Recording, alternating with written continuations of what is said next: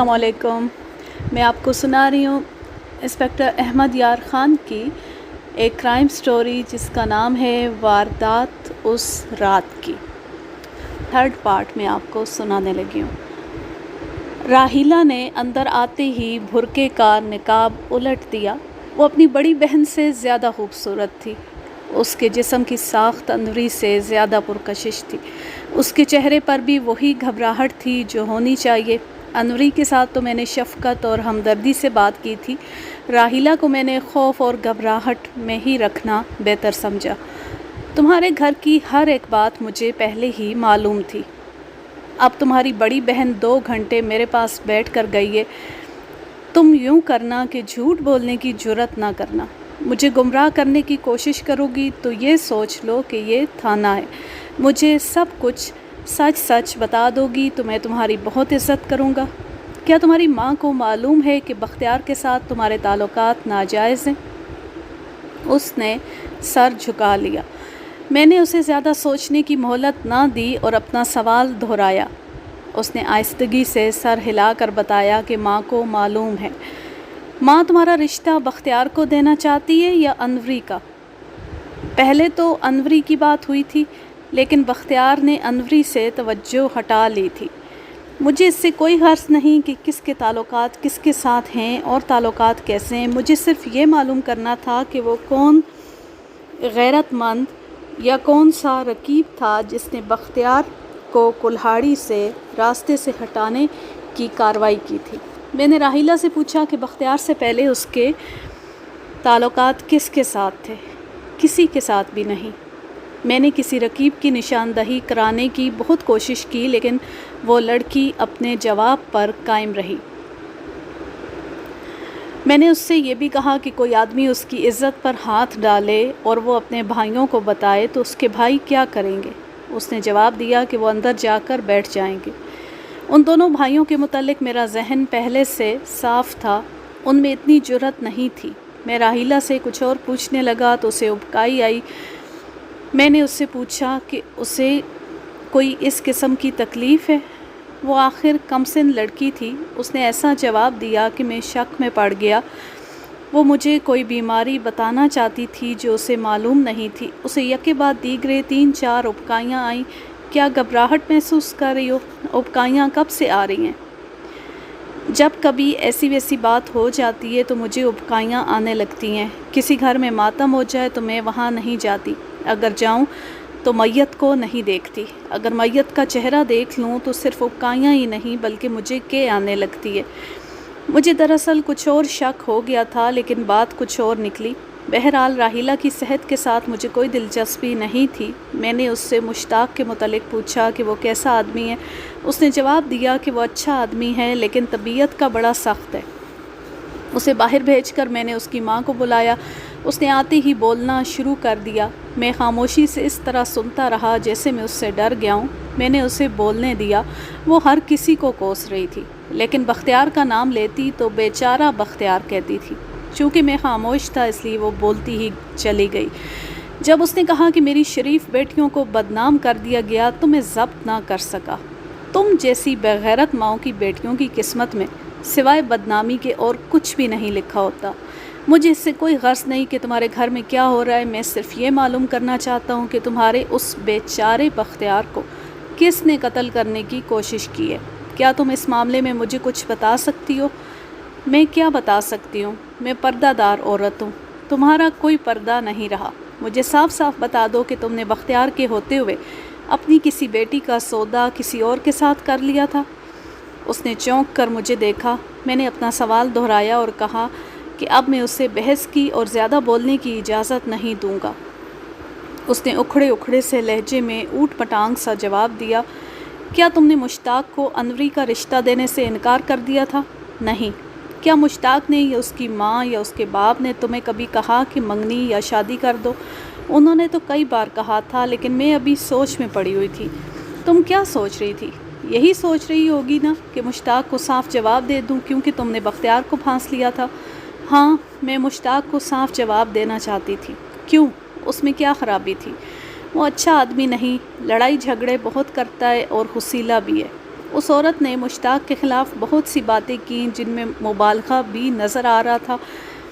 میری نظر دو پہلو دیکھ رہی تھی، ایک یہ کہ مشتاق واقعی لڑائی جھگڑا کرنے والا اور غصیلا آدمی ہے، اور دوسرا پہلو یہ کہ یہ عورت بختیار کو اچھا ثابت کرنے کے لیے مشتاق کے خلاف زہر اگل رہی ہے۔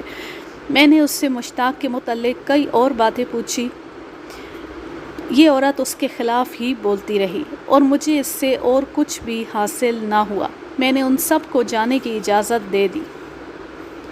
جو آدمی پہلے روز گھوڑے پر سوار رپورٹ لے کر آیا تھا، پتہ چلا کہ وہ صبح سے تھانے میں بیٹھا ہے۔ میں اس سے مزید کچھ پوچھنے کی ضرورت محسوس نہیں کر رہا تھا، اس لیے اسے یہ کہہ کر گھر جانے کی اجازت دے دی کہ وہ اس کیس میں گواہ ہے، اس لیے وہ گاؤں سے لمبے عرصے کے لیے غیر حاضر نہ ہو۔ میں نے ایک کانسٹیبل کو مشتاق کا پتہ دے کر کہا کہ اسے لے آئے۔ میرا ASI واپس آ گیا تھا۔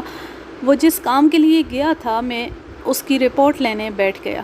تھانوں میں یوں تو نہیں ہوتا کہ ایک واردات کی رپورٹ آئے تو سارا تھانہ اس کی تفتیش میں لگ جائے، اور بھی بہت سے کام ہوتے ہیں، اس سے پہلے کہ کیسوں کی بھی تفتیش ہو رہی ہوتی ہے۔ کچھ دیر بعد مجھے بتایا گیا کہ مشتاق آ گیا ہے۔ میں نے کہا کہ اسے بٹھاؤ۔ ایک تو میں ASI کے ساتھ مصروف تھا، اور دوسرے اس لیے بھی میں نے مشتاق کو انتظار میں بٹھا دیا کہ اس قسم کے مشتبہ سے پوچھ گچھ عموماً آدھی رات کے بعد کی جاتی ہے۔ وہ وقت گہری نیند کا ہوتا ہے۔ جب نیند کا غلبہ ہو تو تفتیش کے دوران مشتبہ کے اندر مدافعت کی قوت کمزور پڑ جاتی ہے۔ وہ تفتیشی افسر کے سوالوں کے غلط جواب تلاش کرنے میں دقت محسوس کرتا ہے۔ میری نظر میں مشتاق مشتبہ نہیں، ملزم تھا۔ میں ASI سے فارغ ہو کر گھر چلا گیا، نہا دھو کر کھانا کھایا اور سو گیا۔ میری آنکھ کھلی تو صبح کی آذان ہو رہی تھی۔ مجھے رات 12 ساڑھے 12 بجے جاگنا تھا، لیکن میں کسی کو بتانا بھول گیا تھا۔ سب سے پہلے مشتاق کا خیال آیا کہ وہ رات بھر تھانے میں رہا ہوگا۔ اس کا مجھے کوئی افسوس نہ ہوا۔ کانسٹیبلوں کی بیرک میں ایک رات گزار کر اس کا دماغ نرم پڑ چکا ہوگا۔ میں اطمینان سے تیار ہو کر تھانے گیا تو مشتاق کو اپنا منتظر پایا۔ میں برآمدے میں کھڑا تھا۔ مشتاق میرے پاس آیا، کہنے لگا اسے کس جرم میں پوری رات تھانے میں رکھا گیا ہے؟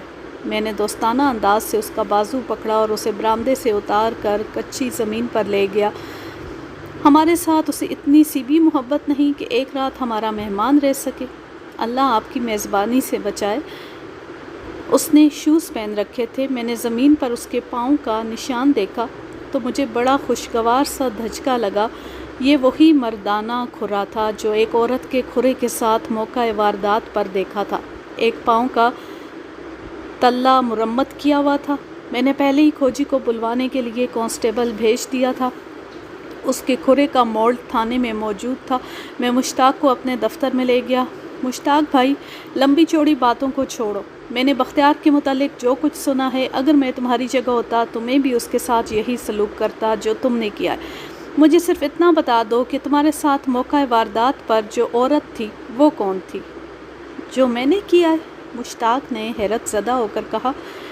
مجھے اس کے ساتھ تو ابھی بات کرنے کا بھی موقع نہیں ملا تھا۔ نہ میں موقع واردات پر تھا، نہ کوئی عورت میرے ساتھ تھی، اور نہ میں اس کماش کا آدمی ہوں۔ مجھے چکر دینے کی کوشش نہ کرو مشتاق۔ میں مکمل شہادت اکٹھی کرنے کے بعد تمہارے ساتھ بات کر رہا ہوں۔ اپنی زبان سے بتا دو کہ تم نے اسے قتل کرنے کی کوشش کی ہے۔ آپ کیا کہہ رہے ہیں؟ میں نے اس پر حملہ نہیں کیا۔ میں آپ کو یہ بتا دوں کہ میں اسے بخشنا نہیں چاہتا تھا۔ اگر اس پر یہ حملہ نہ ہوتا تو میں اسے اگر جان سے نہ مارتا تو اس کی ایک ٹانگ یا بازو ضرور توڑ دیتا۔ میری بات سنو مشتاق۔ نہیں جناب، میں آپ کی بات سمجھ گیا ہوں۔ اگر آپ کو میرے خلاف کوئی شہادت ملی ہے تو وہ مجھے نہ بتائیں۔ آپ تجربہ کار تھانے دار ہیں، خود اس پر غور کریں۔ کھوٹا کھرا الگ ہو جانے تک مجھے حوالات میں بند کر دیں۔ میں اپنی صفائی میں صرف یہ کہوں گا کہ میں نے بختیار پر ہاتھ نہیں اٹھایا۔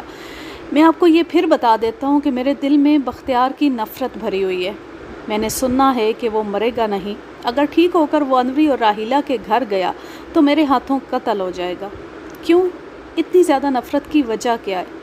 اگر آپ کو واقعی شہادت مل گئی ہے تو یہ سوال آپ مجھ سے کیوں پوچھتے ہیں؟ اگر آپ میری زبان سے وجہ سننا چاہتے ہیں تو سن لیں۔ اس شخص نے 2 پاکباز بہنوں کو خراب کیا ہے۔ ان کی ماں بے شک بدنام عورت تھی، لیکن لڑکیاں ایسی نہیں تھیں۔ میں انوری کے ساتھ شادی کر رہا تھا اور انوری خوش تھی۔ لیکن اس شخص نے ایسا چکر چلایا اور ایسی نوسر بازی کی کہ اس نے انوری کے ساتھ شادی کا وعدہ کر کے اس کی چھوٹی بہن کو بھی خراب کرنا شروع کر دیا۔ یہ معلوم کرنے کے لیے کہ مشتاق کہاں تک سچ بول رہا ہے، میں نے یہ جانتے ہوئے کہ اس کی اور انوری کی ملاقات ہوئی تھی، اس سے پوچھا کہ اسے انوری تو کبھی نہیں ملی تھی۔ اس نے مجھے بختیار کی وہ حرکتیں بتائی تھیں جو وہ اس کے گھر میں کرتا رہا ہے۔ مشتاق نے بالکل وہی بات سنائی جو انوری مجھے سنا چکی تھی، ایک لفظ کا بھی ہیر پھیر نہیں تھا۔ جس جرأت اور خود اعتمادی سے مشتاق بات کر رہا تھا، اس سے میں یہ سمجھنے پر مجبور ہو گیا کہ یہ شخص سچا ہے۔ گناہگار آدمی جھوٹ بولا کرتا ہے، لیکن سننے والا ذہین اور تجربہ کار ہو تو وہ جان لیتا ہے کہ یہ شخص جھوٹ بول رہا ہے۔ مشتاق کا انداز کچھ اور تھا، لیکن اس کا کھرا مجھے اس کے خلاف سوچنے پر مجبور کر رہا تھا۔ میں نے اس پر جرا شروع کر دی، سوالوں پہ سوال کیے، اس کے جوابوں سے سوال نکالے، اسے بہت برے چکر دیے، لیکن وہ پہلے سے زیادہ دلیری سے جواب دینے لگا۔ دیکھیں جناب، آپ مجھے جھوٹا ثابت نہیں کر سکتے۔ اگر مجھ بے گناہ کو آپ سولی پر کھڑا کرنا چاہیں تو میں آپ کو روک نہیں سکتا۔ کیا تم بتا سکتے ہو کہ بختیار کا ایسا جانی دشمن کون تھا جس نے اسے اپنی طرف سے تو قتل ہی کر دیا تھا؟ اس کا مجھ سے بڑا دشمن اور کوئی نہیں ہو سکتا، لیکن مجھے افسوس ہے کہ کوئی اور میری باری لے گیا ہے۔ اگر میں ہوتا تو وہاں سے یہ یقین کر کے ہٹتا کہ یہ بدبخت مر گیا ہے، میں اسے زندہ چھوڑ کر نہ آتا۔ اس شخص نے مجھے بڑی ہی پیچیدہ سوچ میں ڈال دیا تھا۔ اگر وہ واقعی سچ بول رہا تھا تو میں ابھی اسی کھڈے میں پڑا تھا جہاں میں تفتیش کی ابتدا میں تھا۔ مجھے خیال آیا کہ اس کا کھرا کھوجی کو دکھا لوں، ماہرانہ رائے وہی دے سکتا تھا۔ میں نے باہر جا کے دیکھا، کھوجی آیا بیٹھا تھا۔ میں اسے برآمدے سے نیچے لے گیا اور اسے زمین پر مشتاق کا کھرا دکھایا۔ آپ تصور میں نہیں لا سکتے کہ یہ کھوجی جو اب ختم ہوتے جا رہے ہیں کس قدر ماہر ہوتے تھے۔ بیک وقت کئی کھرے کئی سال تک اپنے ذہن میں محفوظ رکھتے تھے۔ یہ کھرا تو صرف 2 روز پرانا تھا۔ کھوجی اس کھرے کے پاس بیٹھ گیا اور اس نے وہیں بیٹھے بیٹھے کہا کہ اس کا مولڈ لاؤ۔ مولڈ لایا گیا تو اس نے غور سے دیکھا اور مجھے بلایا۔ نہیں ملک صاحب، فرق ہے۔ میں نے بڑے غور سے دیکھا، مجھے کوئی فرق نظر نہیں آ رہا تھا۔ کھوجی نے کہا، جو فرق میری آنکھ نہیں دیکھ سکتی وہ فٹا دکھا دے گا۔ میں نے فٹ رول منگوا لیا۔ کھوجی نے موقع واردات کے کھرے میں لگے ہوئے پیوند کا ایک کنارہ ناپا، پھر اسے مشتاق کے کھرے کے پیوند پر رکھا۔ تقریباً نصف سوتر کا فرق تھا۔ میں نے مشتاق کو باہر بلا لیا۔ میرے کہنے پر مشتاق نے ایک پاؤں کا جوتا اتارا۔ کھوجی نے اس کے جوتے کا تلہ دیکھا اور اس نے سر ہلا دیا کہ نہیں۔ میں نے فوراً تسلیم کر لیا۔ گو اس قسم کا خطرہ بھی میرے ذہن میں تھا کہ مشتاق نے کہیں اس کھوجی کی مٹھی تو گرم نہیں کر دی۔ ایسا کم ہی ہوا کرتا تھا کہ کھوجی کسی ملزم سے اس طرح رشوت لے کر پولیس کو گمراہ کرتے۔ ان لوگوں کو پیسے تو واجبی سے ہی ملا کرتے تھے، لیکن اپنے اس فن کو یہ لوگ مقدس سمجھا کرتے تھے۔ میں نے مشتاق سے کہا کہ وہ جا سکتا ہے۔ نہیں ملک صاحب، تفتیش مکمل ہونے تک آپ مجھے یہیں رکھیں۔ میں آپ کو چیلنج نہیں کر رہا، ہو سکتا ہے میں آپ کو کوئی ایسی بات بتا سکوں جو آپ کو معلوم نہ ہو۔ میں نے اسے یہ کہہ کر رخصت کر دیا کہ مجھے شاید اسے گواہ بنانے کی ضرورت پڑے۔ جب ضرورت پڑی تو میں اسے بلا لوں گا۔ میں اسے فوراً رخصت کرنا چاہتا تھا کیونکہ میرا ایک بڑا زبردست مخبر آیا بیٹھا تھا۔ وہ میرے علاقے کا اونچے درجے کا بدماش تھا، باقاعدہ جرائم پیشہ نہیں تھا، لیکن اس کی زندگی اور اس کا ذریعہ معاش مجرمانہ تھا۔ اس کا میل جول شہر کے بڑے بڑے تاجروں اور ساہوکاروں کے ساتھ تھا۔ کسی کی رقم کہیں پھنس جائے تو یہ شخص نکال لاتا تھا، سب اس سے ڈرتے تھے۔ پولیس کا وہ ماہر اور قیمتی مخبر تھا۔ اس طرح اس نے پولیس کا تحفظ حاصل کر لیا تھا۔ کئی پیچیدہ وارداتوں میں اس شخص نے میری بہت مدد کی تھی۔ میں نے اسے اشارہ کیا کہ میرے دفتر میں آ جائے۔ وہ جب میرے دفتر میں آیا تو اس کے ساتھ ایک ادھیڑ عمر عورت تھی۔ ملک صاحب، آپ بھی کیا یاد رکھیں گے؟ اس نے دوستانہ بے تکلفی سے اپنا ہاتھ آگے کیا۔ میں نے اس سے ہاتھ ملایا۔ اس نے اس عورت کی طرف اشارہ کر کے پوچھا، اسے جانتے ہیں آپ؟ نہیں جانتا تو اب جان لوں گا، میں اسے پہلی دفعہ دیکھ رہا ہوں۔ میں نے اسے کہا تھا کہ یہ واردات ہو گئی ہے، کوئی خبر لاؤ۔ ملک صاحب پریشان ہیں، یہ بڑی قیمتی چیز ہے ملک صاحب، آپ اس کی کاریگری دیکھیں گے تو اس کی باقاعدہ تنخواہ مقرر کر دیں گے۔ کیوں نہیں، میں زیادہ سے زیادہ خدمت کروں گا۔ آپ کو میری ضرورت نہیں ہوگی، بالی یعنی اس مخبر نے کہا، میں نے اپنا کام کر دیا ہے۔ اصل بات اس سے سن لے۔ اور وہ میرے ساتھ ہاتھ ملا کر چلا گیا۔ تمہارا نام کیا ہے؟ نام تو میرا رسیہ ہے، لیکن مجھے رجی کہتے ہیں۔ کیا خبر لائی ہو؟ تمہاری بات سننے سے پہلے میں تمہیں پکا وعدہ دیتا ہوں کہ تمہاری اس خبر سے میرا کام ہو گیا تو میں تمہیں اپنی پکی مخبر بنا لوں گا۔ اگر بالی مجھ سے نہ پوچھتا تو میں یہ راز کسی کو نہ دیتی۔ کیوں؟ تمہیں زیادہ اجرت ملنے کی توقع تھی؟ نہیں، پیٹ پالنے کا یہی ایک ذریعہ ہے، یہ ختم ہونے کا ڈر ہے۔ تم پیٹ پالنے کی فکر نہ کرو، تمہاری سفارش بالی نے کی ہے، سمجھو کہ تمہارے لیے روزی کا باعزت ذریعہ بن گیا ہے۔ اب بات کرو، میں تمہارا یہ نقصان پورا کر دوں گا۔ بختیار اس رات ایک بڑی خوبصورت اور جوان عورت سے ملنے گیا تھا۔ اس کا نام وحیدہ ہے اور وہ شادی شدہ ہے۔ تم کس طرح یقین سے کہہ سکتی ہو؟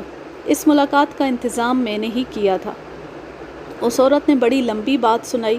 میں آپ کو آپ کی دلچسپی کی حد تک سنا دیتا ہوں۔ سب سے پہلے یہ سن لیں کہ رجی نے یہ پیشہ کیسے اختیار کیا تھا۔ وہ ہندوؤں کی بیٹی تھی، نوجوانی میں ایک مسلمان کو دل دے بیٹھی۔ وہ اسے اس شہر میں لے آیا اور اسے مسلمان کر کے اس کے ساتھ شادی کر لی۔ کچھ عرصہ خاوند نے اسے یہیں رکھا۔ ہندوؤں نے بہت شور شرابہ کیا تھا، لیکن لڑکی مسلمان ہو کر ایک مسلمان کی بیوی بن چکی تھی۔ دونوں نے پولیس کے انگریز افسروں کو درخواست دے کر پولیس کا تحفظ حاصل کر لیا تھا۔ خاوند کے ساتھ اس کی زندگی بڑی اچھی گزرتی رہی۔ کچھ عرصے کے لیے خاوند اسے کسی اور شہر میں لے گیا۔ چند سال وہاں رہ کر پھر اس شہر میں آ گیا۔ رجی اولاد کے معاملے میں بڑی بدقسمت ثابت ہوئی۔ جو بھی بچہ پیدا ہوتا تھا چند ماہ زندہ رہ کر مر جاتا تھا۔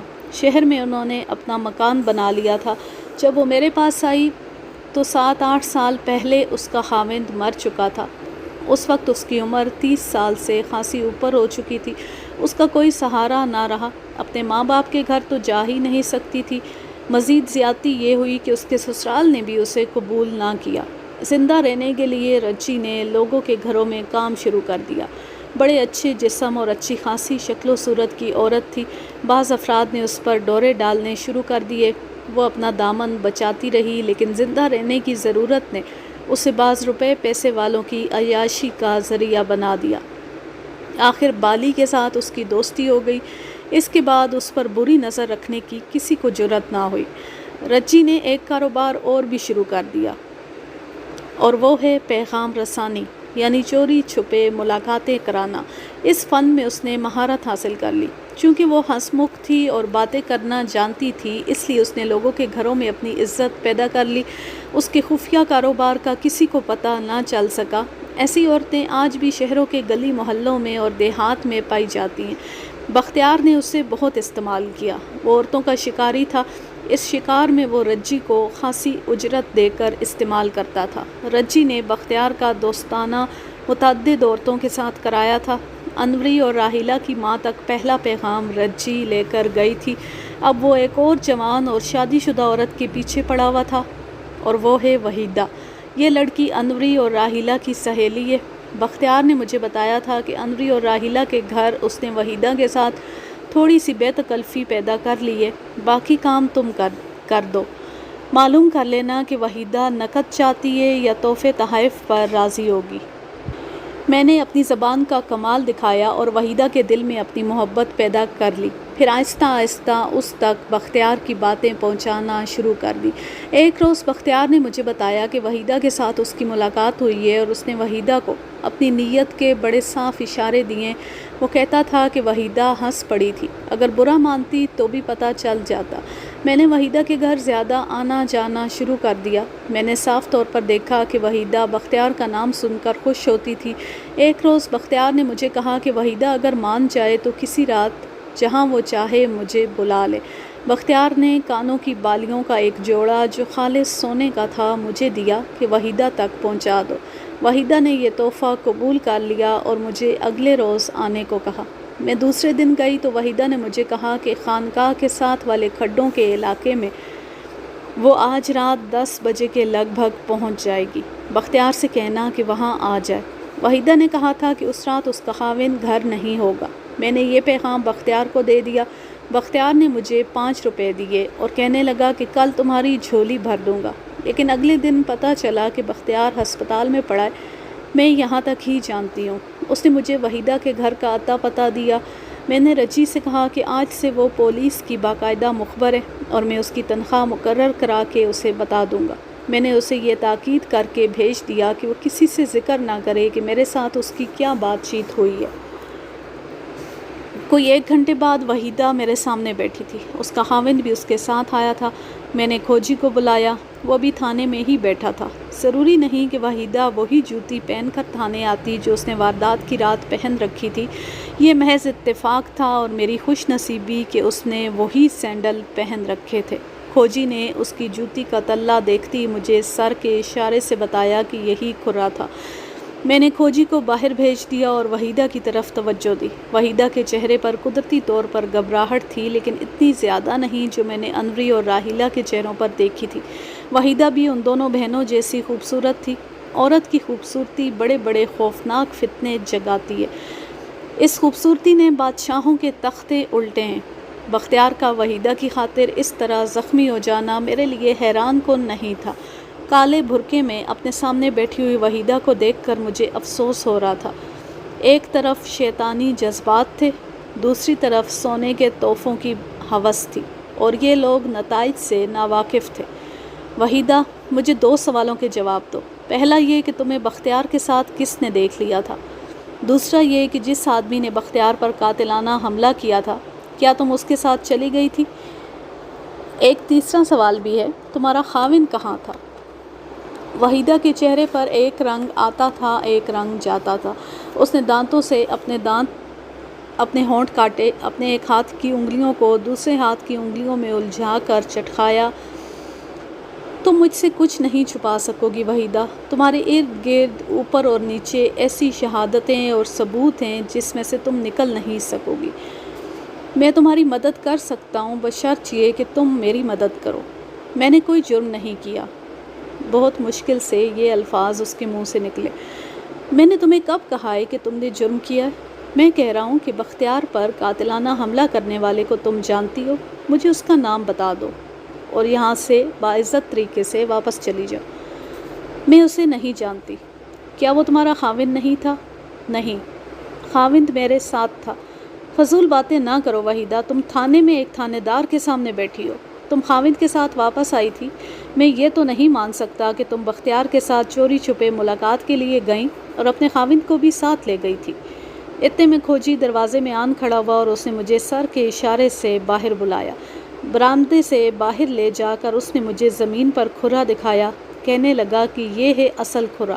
مشتاق جا چکا تھا، اس کا کھرا کچھ پرے تھا۔ کھوجی مجھے ایک نیا کھرا دکھا رہا تھا۔ میں نے ادھر ادھر دیکھا۔ وحیدہ کا خاوند ہم سے چند قدم دور ٹہل رہا تھا۔ کھوجی نے وہاں جا کر دیکھا اور مجھے بلایا۔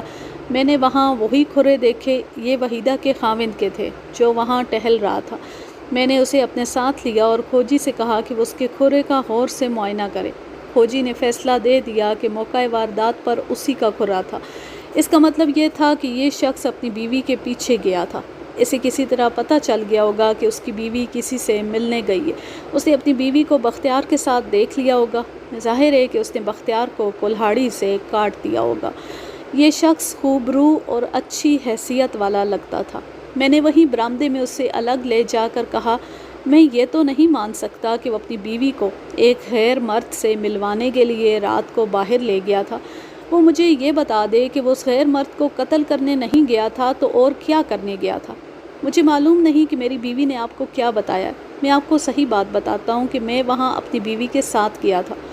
کیا تمہیں معلوم تھا کہ تمہاری بیوی نے بختیار سے ملنے کا وقت مقرر کر رکھا ہے؟ اسی لیے تو میں ساتھ گیا تھا۔ مجھے یوں محسوس ہونے لگا جیسے یہ شخص بہت ہی چالاک ہو، یا پھر میرا دماغ جواب دے گیا۔ مجھے یہ خیال بھی آیا کہ رجی مجھے جھوٹی اطلاع دے گئی ہے۔ حفیظ، کیا مجھے بتا سکتے ہو کہ ہم دونوں میں سے کون پاگل ہے؟ یا یہ بتا دو کہ میں شکل و صورت سے اتنا ہی احمق لگتا ہوں جتنا تم مجھے سمجھ رہے ہو؟ اس کے ہونٹوں پر مسکراہٹ آ گئی۔ ہم دونوں کے دماغ صحیح کام کر رہے ہیں۔ اگر بختیار پر قاتلانہ حملہ نہ ہو جاتا تو میں اور میری بیوی اس کے ساتھ جو سلوک کرتے وہ آپ سن کر لطف اٹھاتے، مگر معاملہ اتنا سنگین ہو گیا ہے کہ میں ڈرتا ہوں کہ آپ میری بات پر یقین نہیں کریں گے۔ میری بیوی بڑی سخت اور سچی عورت ہے۔ وہ آپ کے کمرے میں بیٹھی شاید ڈر رہی ہوگی، لیکن ڈرنے والی نہیں۔ اگر آپ اجازت دیں تو اپنی بیوی سے پہلے میں آپ کو بتاتا ہوں کہ میں اس کے ساتھ وہاں کیسے گیا تھا۔ میں نے اپنے لیے بہتر یہ سمجھا کہ پہلے اس کی بیوی کا بیان لے لوں۔ میں نے حفیظ سے کہا کہ وہ انتظار کرے، میں اس کی پوری بات سنوں گا۔ میں دفتر میں وحیدہ کے سامنے جا بیٹھا۔ وحیدہ نے آخر بیان دے دیا، لیکن میری نظر میں یہ بیان مشکوک تھا۔ وحیدہ کا بیان بڑا لمبا چوڑا تھا۔ اس نے بتایا کہ وہ انوری اور راحیلہ کی سہیلی تھی۔ دونوں بہنیں بڑے اچھے اخلاق کی ہوا کرتی تھیں۔ ان کی ماں کو وحیدہ نے کبھی پسند نہیں کیا، وہ دوسروں کو الو بنا کر کھانے پینے والی عورت تھی۔ انوری اور راحیلہ بھی وحیدہ کے گھر آیا جایا کرتی تھی۔ پھر بختیار ان بہنوں کی پاکیزہ زندگی میں داخل ہوا۔ اس نے اپنی بیوی کو طلاق دے دی۔ وحیدہ نے انوری کو بدلتے دیکھا، پھر دیکھا کہ وہ جب بھی انوری سے ملی، انوری نے بختیار کی تعریفوں کے پل باندھے اور اس کی محبت کی باتیں کی۔ انوری خوش تھی کہ اس کی شادی بختیار سے ہو رہی ہے۔ اپنی سہیلی کو خوش دیکھ کر وحیدہ بھی خوش ہوئی۔ اس نے اپنے خاوند کو بتایا کہ اس کی سہیلی انوری کی شادی بختیار سے ہو رہی ہے، تو خاوند نے کہا کہ بختیار قابل اعتبار آدمی نہیں۔ اس نے وحیدہ سے کہا کہ وہ انوری کو بختیار کے ساتھ شادی کرنے سے روکے۔ وحیدہ نے انوری کے ساتھ بات کی تو انوری کو وحیدہ کی یہ بات پسند نہ آئی، وہ خاموش ہو گئی۔ پھر وہ دن آیا کہ وحیدہ نے انوری کو روتے دیکھا۔ اب راحیلہ اسی طرح خوش تھی جس طرح انوری خوش ہوا کرتی تھی۔ وحیدہ انوری کی رازداں بھی تھی۔ انوری نے اسے بتایا کہ اس نے بختیار کے ساتھ پاک محبت کی تھی، لیکن بختیار نے محبت کو پاک نہ رہنے دیا۔ انوری نے یہ صورتحال بھی قبول کر لی تھی، مگر بختیار نے انوری سے اکتا کر راحیلہ کے ساتھ دل لگا لیا۔ وحیدہ کو معلوم تھا کہ بختیار نے راحیلہ کو بھی ہوس کا نشانہ بنا رکھا ہے۔ وحیدہ بختیار کی بیوی کو بھی جانتی تھی، وہ بڑی اچھی لڑکی تھی۔ اب وحیدہ نے دیکھا کہ بختیار ایک معصوم لڑکی کو طلاق دے کر انوری کو دھوکہ دے چکا ہے اور اب اس کی بہن کو بھی خراب کر رہا ہے، تو اس کے دل میں بختیار کے خلاف نفرت کا طوفان اٹھایا۔ وحیدہ کے بیان کے مطابق بختیار نے وحیدہ کے دل میں اپنی نفرت اور زیادہ کر دی۔ وہ اس طرح کہ اس نے وحیدہ کو چند مرتبہ انوری اور راحیلہ کے گھر دیکھا تھا۔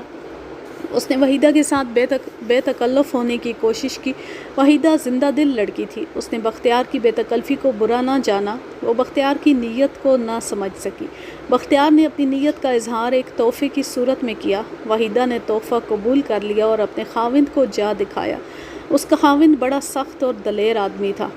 وحیدہ اور حفیظ میاں بیوی تھے، لیکن ان میں دوستانہ بے تکلفی تھی۔ حفیظ نے کہا کہ وہ بختیار کو بازار میں پھینٹی لگائے گا۔ وحیدہ نے ہنس کر کہا کہ تماشا دیکھتے چلو کہ یہ شخص کیا کرتا ہے، اگر یہ اور آگے بڑھا تو اسے کسی اور طریقے سے ذلیل کریں گے۔ وحیدہ نے مجھے تفصیل سے سنایا کہ بختیار کس طرح اور آگے بڑھا، لیکن ان کی ملاقات کہیں باہر نہ ہو سکی۔ بختیار نے رجی کو استعمال کیا۔ رجی نے بختیار کے پیغام وحیدہ تک پہنچانے شروع کر دیے۔ اس نے آخری تحفہ جو بھیجا وہ کانوں کی بالیاں تھیں۔ ان کے ساتھ بختیار کا یہ پیغام تھا کہ کہیں باہر ملو۔ وحیدہ نے رجی سے کہا کہ وہ اگلے روز جواب دے گی۔ وہ دراصل اپنے خاوند کے ساتھ بات کرنا چاہتی تھی۔ اس نے خاوند کے ساتھ بات کی تو خاوند نے کہا کہ کل رات اسے خانقاہ والے کھڈوں میں بلا لو۔ حفیظ اور وحیدہ نے یہ سکیم بنائی کہ وحیدہ میدان میں کھڑی رہے گی، بختیار آئے گا تو وحیدہ اسے ایک کھڈ میں لے جائے گی، حفیظ قریب ہی چھپا ہوا ہوگا، وہ نکل آئے گا، پھر دونوں مل کر بختیار کو مارے پیٹیں گے اور اس کے تمام کپڑے اتار کر جلا ڈالیں گے اور بختیار کو وہاں سے ننگا بھگا دیں گے۔ پھر یوں ہوا، میں اور حفیظ اسی جگہ چلے گئے جہاں بختیار کو آنا تھا۔ حفیظ نیچے چلا گیا کھڈے میں اور میں اوپر کھڑی رہی۔ چند منٹ گزرے ہوں گے کہ ایک آدمی اندھیرے میں سائے کی طرح آتا نظر آیا۔ وہ بختیار ہی ہو سکتا تھا۔ وہ مجھ سے ابھی 15-16 قدم دور ہوگا کہ اس کے پیچھے ایک اور آدمی آیا۔ اندھیرے میں اتنا ہی نظر آتا تھا کہ اس آدمی نے آگے والے آدمی کے سر پر ڈنڈے اور لاٹھی کی ضربیں لگائیں۔ آگے والا آدمی گر پڑا۔ ادھر سے حفیظ کھڈ سے نکل کر میری طرف آ گیا۔ ضربیں لگانے والا آدمی وہاں سے غائب ہو گیا۔ میں نے حفیظ کو بتایا کہ میں نے کیا دیکھا ہے۔ اس نے کہا کہ آؤ دیکھیں یہ کون ہے جو زمین پر پڑا ہے۔ ہم دونوں اس آدمی تک چلے گئے، وہ خون میں ڈوبا ہوا تھا۔ حفیظ نے ماچس جلا کر دیکھا، وہ بختیار تھا۔ حفیظ نے کہا کہ اس بدبخت نے کسی اور کی بہن یا بیٹی پر ہاتھ ڈالا ہوگا۔ میں نے کہا چلو اچھا ہوا، اس نے اپنے کیے کی سزا پا لی ہے۔ ہم دونوں وہاں سے واپس آ گئے۔ وحیدہ کے بیان میں رجی کا جو ذکر تھا وہ بالکل صحیح تھا۔ میں رجی کا بیان لے چکا تھا۔ رجی نے مجھے بختیار اور وحیدہ کی ملاقاتوں اور آخری ملاقات کے متعلق یہی کچھ بتایا تھا، لیکن میں وحیدہ کے سارے بیان کو صحیح نہیں کہہ سکتا تھا۔ وحیدہ کے متعلق میں نے یہ رائے قائم کر لی تھی کہ سیدھی سادی لڑکی نہیں، وہ برقعے میں تھی، لیکن برقع شرافت کا سرٹیفکیٹ نہیں تھا۔ لڑکی تیز معلوم ہوتی تھی۔ وہ جب میرے پاس آئی تو اس کے چہرے پر گھبراہٹ تھی، لیکن اس نے بیان خود اعتمادی بلکہ بے خوفی سے دیا۔ اس سے مجھے شک ہوا کہ اس نے اپنے خاوند کے ساتھ مل کر ایک کہانی گڑھ لی ہے۔ میں ان دونوں کے جرم کے اس جواز کو صحیح مان سکتا تھا کہ بختیار نے وحیدہ کے ساتھ بڑی گندی دوستی لگانے کی کوشش کی تھی، لیکن میں یہ نہیں مان سکتا تھا کہ انہوں نے جرم نہیں کیا۔ میں نے وحیدہ کو برآمدے میں بٹھا کر ایک کانسٹیبل کو اس کے پاس کھڑا کیا اور اس کے خاوند کو اندر بلا لیا۔ اب کہو کیا کہنا چاہتے ہو؟ یہ خیال رکھنا حفیظ، میں تمہاری بیوی کا بیان لے چکا ہوں۔ میں نے جرح کر کے اس سے کچھ ایسی باتیں بھی کہلوا لی ہیں جو تمہارے خلاف قابل یقین ثبوت مہیا کرتی ہیں۔ تم بڑے عقل مند اور چالاک آدمی ہو سکتے ہو، لیکن تم خود محسوس کرو گے کہ تھانے میں ایک تھانے دار کے سامنے بیٹھ کر تمہاری عقل اور چالاکی ختم ہو گئی ہے۔ بہتر ہوگا کہ صحیح بات بتا دو۔ وحیدہ عورت ہے، آپ نے اسے ڈرا دھمکا کر معلوم نہیں کیا کہلوا لیا ہے۔ میں آپ کو جو باتیں بتاؤں گا وہ غلط نہیں ہوں گی۔ بتاؤ، میں پوری توجہ سے سنوں گا۔ اس نے بالکل وہی بیان دیا جو وحیدہ نے دیا تھا۔ میں نے اپنے تجربے کے مطابق اس کے بیان میں سے کئی سوال نکالے، بہت جرح کی، اسے اس کے بیان سے بھٹکانے کے لیے بھی زبان کا جادو چلایا، لیکن وہ اپنے بیان پر قائم رہا۔ میں نے اس شخص میں بھی بے خوفی اور خود اعتمادی دیکھی، لیکن میں اتنی جلدی ان دونوں کو بے گناہ قرار دینے کے لیے تیار نہ ہو سکا۔ ایک خیال یہ بھی آیا کہ حفیظ نے اپنی بیوی کو بتائے بغیر کسی آدمی سے کہہ دیا ہوگا کہ فلاں وقت اور فلاں جگہ بختیار جا رہا ہوگا اسے قتل کرنا ہے۔ وحیدہ کو اپنے خاوند کے اس انتظام کا علم ہی نہیں ہوگا۔ میرے لیے ان دونوں کی کہانی صرف اس قابل تھی کہ میں داد دیتا کہ انہوں نے اچھا بیان گھڑا ہے۔ ان کے گھر کی تلاشی ضروری تھی۔ رات کے 11 بجے کے لگ بھگ میں نے اپنا ضروری عملہ ساتھ لیا اور تلاشی کے لیے چل پڑا۔ حفیظ نے راستے میں میری بہت منت سماجت کی کہ میں اس کے بیان پر یقین کر لوں اور اس کے گھر کی تلاشی نہ لوں، کیونکہ اس میں اس کی بہت بے عزتی ہوگی۔ میں نے اس سے کہا کہ وہ مجرم ہے یا نہیں، اس کا بیان قابل یقین ہے یا نہیں، مجھے اپنا قانون پورا کرنا ہے۔ اگر وہ میاں بیوی سچے ثابت ہوئے تو میں اس کے محلے میں اس پروپیگنڈے کا انتظام کر دوں گا کہ وہ دونوں بڑے شریف لوگ ہیں اور کسی دشمن کی غلط مخبری پر ان کی تلاشی لی گئی ہے۔ تھانے دار کسی کی عزت بے عزتی کا خیال نہیں کرتے۔ جرم کی تفتیش میں جو سامنے آتا ہے اسے تھانے بھی بلایا جاتا ہے اور اس کے گھر کی تلاشی بھی لی جاتی ہے۔ اگر تھانے دار دوسروں کی عزت بے عزتی کا خیال رکھیں تو جرائم کی وہی بھرمار ہو جاتی ہے جو آج کل آپ پاکستان میں دیکھ رہے ہیں۔ میں نے حفیظ کے محلے کے 2 معزز افراد کو بلوانے کا انتظام کیا اور حفیظ کے گھر کی تلاشی لی۔ ایک کمرے میں سے ایک کلہاڑی برآمد ہوئی۔ میں نے اس کلہاڑی کا نظری معائنہ کیا۔ اس کا پھل دھلا ہوا نہیں تھا، نہ ہی رگڑا ہوا تھا۔ کچھ ایسا پتہ بھی چلتا تھا کہ یہ انسانی جسم پر استعمال نہیں ہوئی، لیکن واردات میں استعمال کیے ہوئے ہتھیار نظر کو دھوکہ دے جاتے ہیں۔ ضروری نہیں ہوتا کہ ہتھیار کو استعمال کے بعد رگڑا اور مانجا جائے تاکہ خون کا نشان باقی نہ رہے۔ کچھ دیر پانی میں رکھنے سے بھی ہتھیار کا پھل صاف ہو جاتا ہے۔ ہتھیار کیمیکل ایگزامینر کے پاس بھیجے جاتے ہیں، ان کا معائنہ لیبارٹری میں فورینسک کیمیکلز کے ذریعے کیا جاتا ہے۔ میں نے حفیظ کو الگ کر کے ایک بار پھر کہا کہ اس نے اگر بختیار پر قاتلانہ حملہ کیا یا کرایا ہے تو بتا دے، اب بھی میں اسے بچانے کی گنجائش نکال سکتا ہوں۔ میں نے اسے یہ بھی کہا کہ میں بختیار کو جانتا ہوں، اسے جس کسی نے بھی قتل کرنے کی کوشش کی ہے بلا وجہ نہیں کی۔ اگر بختیار قتل ہو جاتا تو مجھے خوشی ہوتی۔ میں نے حفیظ سے کہا کہ میری ہمدردی بختیار کے بجائے اس کے ساتھ ہوگی، لیکن حفیظ نہ مانا۔ میں نے اسے یہ بھی کہا کہ وہ اور اس کی بیوی بیان دے چکے ہیں کہ حفیظ نے اپنی بیوی کو بختیار کو باہر بلانے کے لیے استعمال کیا تھا۔ یہ بیان وحیدہ کو اس جرم میں برابر کا شریک کرتا ہے۔ اس کے باوجود حفیظ نے کہا کہ جو سچی بات تھی وہ کہہ چکا ہے۔ میں نے تلاشی اور برآمدگی کی کاغذی کارروائی کی، اس پر معززین کے دستخط لیے اور حفیظ اور وحیدہ کو تھانے لے گیا۔ حفیظ کو مردانہ اور وحیدہ کو زنانہ حوالات میں بند کر دیا۔ میری تفتیش کی کامیابی کا انحصار کیمیکل ایگزامینر کی رپورٹ پر تھا۔ بہرحال مجھے خاصا اطمینان ہوا کہ میں نے کچھ نہ کچھ کامیابی حاصل کر لی ہے۔ رات کے 2:30 بج چکے تھے۔ میں گھر جا کر سو گیا۔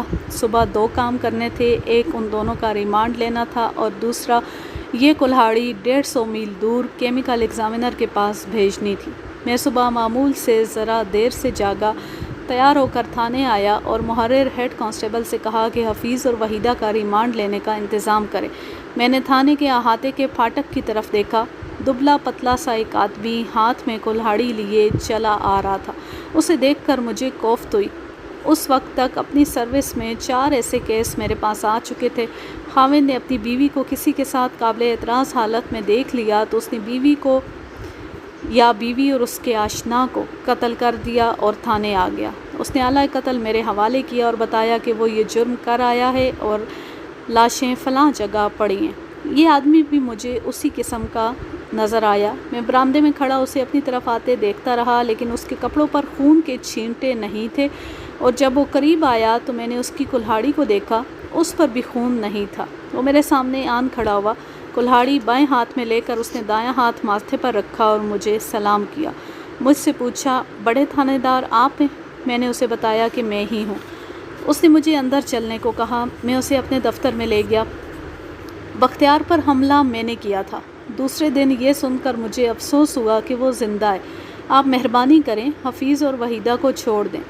یوں کسی کے کہنے پر اسے چھوڑ دو اور مجھے بند کر دو، کسی کو چھوڑا نہیں جا سکتا۔ تم پوری بات بیان کرو۔ اگر تمہارا بیان میرے لیے قابل قبول ہوا تو میں تمہارے سامنے ان دونوں کو پوری عزت سے تھانے سے رخصت کروں گا۔ اللہ آپ کا بھلا کرے۔ مجھے امید تھی کہ میں نہیں پکڑا جاؤں گا۔ آپ کے تھانے سے مجھے پتہ چلتا رہا ہے کہ آپ کس طرح کی تفتیش کر رہے ہیں۔ جب آپ نے حفیظ اور وحیدہ کو بلایا تھا، اس کے تھوڑی دیر بعد مجھے پتہ چل گیا تھا۔ پھر میں نے پوری نظر رکھی کہ آپ ان کے خلاف کیا کارروائی کر رہے ہیں۔ صرف میں جانتا ہوں کہ وہ دونوں اس جرم کے مجرم نہیں ہیں۔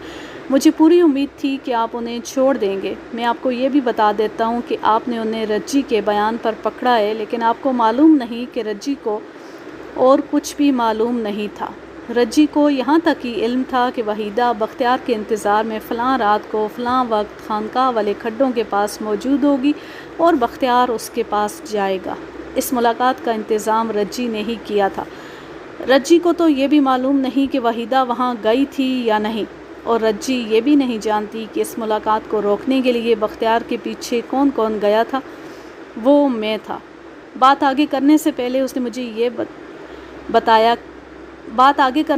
مجھے یہ بتاؤ کہ وحیدہ تمہاری کیا لگتی ہے؟ آپ کو توقع ہوگی کہ میں خون کا کوئی رشتہ بتاؤں گا۔ میرا وحیدہ کے ساتھ جو رشتہ ہے، اسے آپ روح کا رشتہ کہہ لیں یا دل کا۔ اس کے اس جواب سے مجھے اطمینان ہوا کہ یہ شخص جو بیان دے رہا ہے غلط نہیں ہو سکتا۔ میں اپنے تجربے اور مشاہدے کی بات کر رہا ہوں۔ میں نے روح اور دل کے رشتوں والے اکثر دیکھے ہیں۔ میں نے دیکھا ہے کہ بھائی اپنی سگی بہنوں کے لیے اتنا ایثار نہیں کر سکتے جتنا روح اور دل کے رشتوں والے کرتے ہیں۔ جناب ملک صاحب، میں سب سے پہلے آپ کو وحیدہ کے ساتھ اپنا رشتہ بتا دوں۔ وحیدہ میری برادری کی لڑکی ہے۔ وہ جب 12-13 سال کی تھی تو میرے دل کو اچھی لگنے لگی۔ جوں جوں دن گزرتے گئے، وحیدہ کا اچھا لگنا ایک ایسی محبت بن گیا جس نے مجھے مجبور کر دیا کہ میں ہیلے بہانے کر کے ہر روز وحیدہ کو دیکھ لیا کروں۔ میرے دل میں اس کے لیے ہمدردی بھی تھی۔ ہمدردی اس لیے تھی کہ وہ 7-8 سال کی تھی جب معمولی سے تنازع پر اس کے رشتہ داروں نے اس کے باپ کو دن دہاڑے گلی میں قتل کر دیا۔ ان میں سے ایک آدمی کو پھانسی کی سزا ہوئی اور دوسرے کو 10 سال سزائے قید۔ یہ جائیداد کا تنازع تھا جو بعد میں عدالت نے پوری کی پوری وحیدہ کی ماں کی ملکیت تسلیم کر لی تھی۔ اگر یہ جائیداد وحیدہ کی ماں کو نہ ملتی تو یہ ماں بیٹی بھیک مانگتی پھرتی۔ ان کے لیے اللہ کا اور اس کے بعد اس جائیداد کا سہارا تھا جو اب بھی ہے۔ وحیدہ کا کوئی بھائی نہیں۔ جس طرح وحیدہ خوبصورت ہے، اسی طرح اس کی ماں بھی خوبصورت تھی۔ لوگوں کو آپ جانتے ہیں کہ بے آسرا بیوہ کو بڑی کمزور چیز سمجھتے ہیں اور اسے سو لالچ دیتے ہیں۔ وحیدہ کی ماں کے قریبی رشتہ دار کوئی نہیں تھے۔ دور کے رشتہ داروں نے اس کی پرواہ نہ کی۔ اس عورت کی اب دشمنی بھی پیدا ہو گئی تھی۔ وہ عورت 2 قسم کے آدمیوں کے گھیرے میں آ گئی تھی۔ ایک جو اسے عارضی یا مستقل بیوی بنانا چاہتے تھے، دوسرے اس کے دشمن۔ ابتدا میں اسے تنگ اور پریشان کیا گیا۔ اس وقت اس عورت کی عمر 30 سال سے کچھ اوپر ہو چکی تھی۔ سب کہتے تھے کہ اب یہ عورت گمراہی کی زندگی گزارے گی جناب ملک صاحب، میں اب بھی چاہتا ہوں کہ اس عورت کے پاؤں پر سجدہ کروں۔ اس نے اپنی آبرو کو اپنا ایمان بنا لیا اور مرد بن کر مردوں کے سامنے آ گئی۔ میں اگر اس عورت کی مردانگی کی کہانیاں سنانے لگوں تو آپ مانیں گے نہیں۔ اس عورت نے کسی غیر مرد کا سہارا نہیں لیا۔ گلی میں کھڑے ہو کر اس نے محلے کے 3-4 معزز آدمی بلا لیے اور جس کسی نے اسے پریشان کیا تھا یا کوئی الٹی سیدھی بات کہہ دی تھی، اسے اس کے گھر سے یا اس کی دکان سے گریبان سے پکڑ کر لے آئی اور معزز لوگوں کے سامنے لا کھڑا کیا۔ کیا آپ مانیں گے کہ اس نے 2 ہٹے کٹے جوانوں کو گلی میں الٹا کر دیا تھا؟ اب تک لوگ اس سے ڈرتے بھی ہیں اور اس کی عزت بھی کرتے ہیں۔ اسے محلے کے بزرگوں نے دوسری شادی کے مشورے دیے، لیکن اس نے اپنے دل سے اپنے مرے ہوئے خاوند کا نام نکلنے نہ دیا۔ اگر آج وہ زندہ ہوتی تو وہ یہاں تھانے میں بیٹھی ہوتی۔ اگر وحیدہ مجرم ہوتی تو ماں اپنے ہاتھوں اس کا گلا گھونٹ دیتی۔ وحیدہ اس ماں کی بیٹی ہے۔ اس میں بھی ماں نے اپنے جیسے اوصاف اور دلیری پیدا کی ہے۔ تو وحیدہ میرے دل میں اتر گئی۔ آپ جانتے ہیں کہ لڑکی جب جوان ہوتی ہے تو جہاں اس کا رشتہ لینے والے اس کے گھر کے چکر لگانے شروع کر دیتے، وہاں بعض مغز پھرے اس کی دوستی حاصل کرنے کی کوشش بھی کرنے لگتے ہیں۔ پھر جسے رشتہ نہیں ملتا یا لڑکی اس کی دوستی کو دھتکار دیتی ہے تو وہ اسے بدنام کرنے لگتے ہیں۔ لیکن وحیدہ کے چال چلن کے متعلق کبھی کسی نے کوئی بات نہ کی، بلکہ محلے والے وحیدہ کے اخلاق کی قسمیں کھایا کرتے تھے۔ میں لڑکپن میں وحیدہ کے گھر جایا کرتا تھا۔ یہ سلسلہ جوان ہونے تک جاری رہا۔ وحیدہ 16-17 سال کی ہوئی تو بھی اس نے میرے ساتھ بچپن اور لڑکپن والی بے تکلفی رکھی۔ میں نے ایک روز وحیدہ سے اپنی دلی محبت کا اظہار کر دیا۔ وحیدہ نے برا نہ مانا۔ اس نے کہا کہ اس کی ماں مجھے پسند کرتی ہے، میں اپنی ماں سے کہوں کہ وہ میری ماں کے پاس آئے۔ میں نے وحیدہ سے کہا کہ میں اس کا رشتہ ہی حاصل کرنا چاہتا ہوں اور اگر اس کا رشتہ نہ ملا تو میں اس کی محبت کو دل سے نہیں نکالوں گا اور میں قسم کھاتا ہوں کہ ساری عمر شادی نہیں کروں گا۔ وحیدہ نے مجھے بڑی سنجیدگی سے کہا کہ بے وقوفی کی باتیں نہ کرو۔ اللہ کو ہمارا میل منظور ہوا تو ہماری شادی ہو جائے گی، اگر نہ ہوئی تو اپنی اپنی قسمت ہے، تم کہیں شادی کر لینا۔ جناب ملک صاحب، وحیدہ نے میری محبت کو قبول کر لیا لیکن اس کا رشتہ مجھے نہ مل سکا۔ جب رشتے سے جواب ہوا تو مجھے ایسے لگا جیسے میں پاگل ہو جاؤں گا۔ اس انکار کے باوجود میں اس کے گھر جاتا رہا اور اس کی ماں مجھے پہلے کی طرح اچھا سمجھتی رہی۔ ایک روز وحیدہ کی ماں نے مجھے اپنے پاس بٹھا لیا اور پیار سے سمجھانے لگی کہ اس نے رشتے سے انکار کیوں کیا ہے۔ اس نے وجہ یہ بتائی کہ میری ماں بڑی تنگ نظر اور لڑاکا عورت ہے اور میرا باپ اس سے بھی 2 ہاتھ آگے ہے۔ ہماری حویلی تو خاصی بڑی ہے لیکن ہم 6 بھائی اور 2 بہنیں۔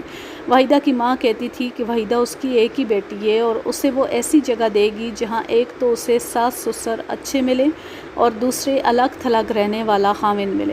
اس نے ٹھیک کہا تھا۔ میرے ماں باپ نے گھر کو ہمارے لیے بھی جہنم بنا رکھا تھا۔ میں اگر وحیدہ کو بیاہ لاتا تو اسی جہنم کے ایک کونے میں اسے بٹھا دیتا۔ وحیدہ کی ماں نے مجھے کہا کہ میرے گھر آتے رہا کرو، تم مجھے اچھے لگتے ہو۔ وحیدہ نے کبھی محبت کا اظہار نہیں کیا تھا لیکن میری محبت کی اس نے بہت قدر کی۔ وہ مانتی تھی کہ میں اسے روح کی گہرائیوں سے چاہتا ہوں لیکن وہ اپنی ماں کے حکم کو ایمان کا درجہ دیتی تھی۔ پھر ملک صاحب 2 سال گزرے۔ وحیدہ کی شادی حفیظ کے ساتھ ہو گئی۔ سچ پوچھئے تو حفیظ وحیدہ کے ہی قابل تھا، ہنس مکھ اور دلیر۔ وہ رہنے والا تو کہیں اور کا تھا، یہاں اس کا کاروبار اور بڑا اچھا مکان ہے۔ وحیدہ اس قدر پاک اور با اخلاق لڑکی ہے کہ اس نے مجھے اپنے خاوند کے گھر بلایا۔ میں گیا تو اس نے مجھے اپنے خاوند سے ملوایا اور اسے کہا کہ یہ میرا منہ بولا بھائی ہے، یہ جب چاہے گا میرے گھر آئے گا۔ حفیظ بڑے کھلے دل کا آدمی ہے، وہ مجھ سے بغل گیر ہو کر ملا۔ یوں سمجھیے کہ وحیدہ نے مجھے خرید لیا۔ اس کی محبت میرے لیے پاگل پن کی صورت اختیار کر گئی۔ میں اس وقت اپنے آپ کو اس دنیا میں سمجھتا تھا جب میں کبھی کبھار وحیدہ کے گھر جاتا تھا۔ وہاں سے نکل کر مجھے کچھ سمجھ نہیں آتی تھی کہ میں کیا کروں اور کہاں جاؤں۔ میں گھر والوں کے لیے بیکار ہو گیا۔ مجھے باپ اور بھائیوں نے مارا پیٹا بھی کہ میں بالکل نکما ہو گیا ہوں۔